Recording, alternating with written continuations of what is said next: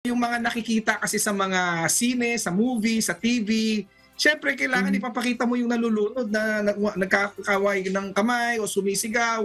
Pero alam mo nyo, in reality, it takes training to spot a drowning victim. Kasi pag nalunod dyan, lubog ka kaagad dyan eh. Dahil wala nga siyang hangin sa ilalim ng tubig, sumisigaw siya. So nadidecompress yung lungs, nawawala yung hangin sa loob ng lungs natin, yun ang natural flotation device natin. So unti-unti tayong lulubog. So talagang talagang swerte na lang kung mailabas mo yung kamay mo. Okay, kasi kung kunyari hindi nyo alam paano talaga gumalaw sa tubig na malalim, hindi nyo maitatas ang kamay nyo na continuously naka-float kayo. Lulubog at lulubog kayo.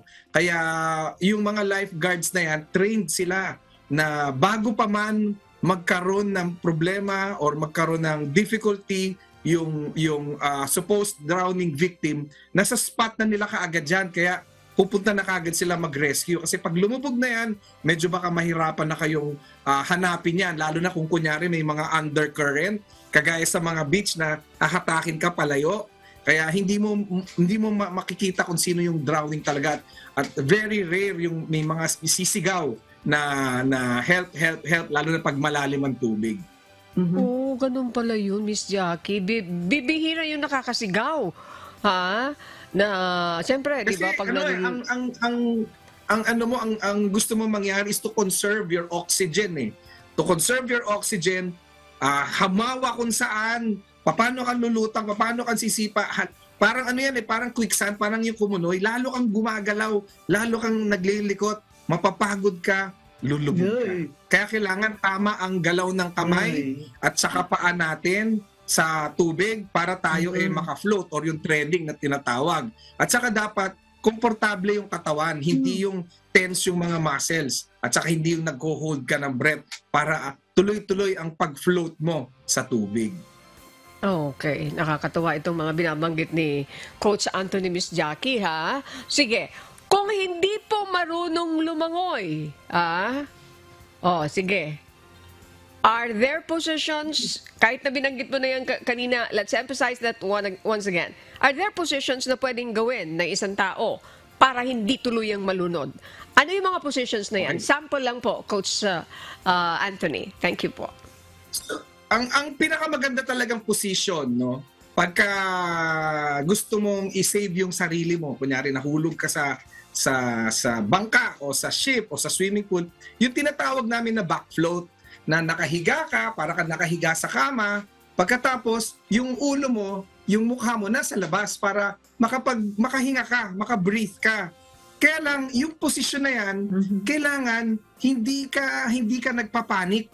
Hindi ka nagpapanik, may presence of mind ka na itaas yung chin mo, tataas mo yung chin mo, susunod yung chest mo, next magpo-float yung stomach mo and then yung legs, and then naka-back float ka na. Tapos may konting relaxed movement ka na side to side ng iyong arms at saka konting movement ng legs para at least tuloy-tuloy yung pag-float mo. Ang magandang position na backstroke na kukuha mo yan pag komportable ka rin sa tubig. Kaya importante presence of mind. If you find yourself in difficulty sa tubig, nagka-aberya ka sa tubig, sa swimming pool, do not panic. Punta ka kagad doon sa floating position, spread your arms para mas marami kang buoyancy, and then magpo-float ka na, and then tuloy-tuloy lang yung breathing.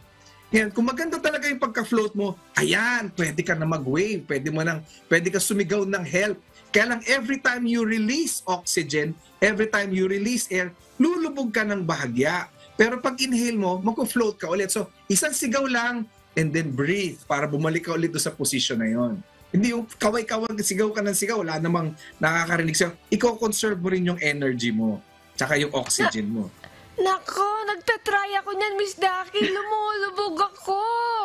Ayan, kaya hindi ko inuulit. Sige po, kasi nakainom kaya ako ng tubig. Yung Sige. movement, yung movement Sige lang. po. Ano po daw? Ay, ano po, Coach? Yes. Kasi pag tinatry mo lalo mong pinipilit,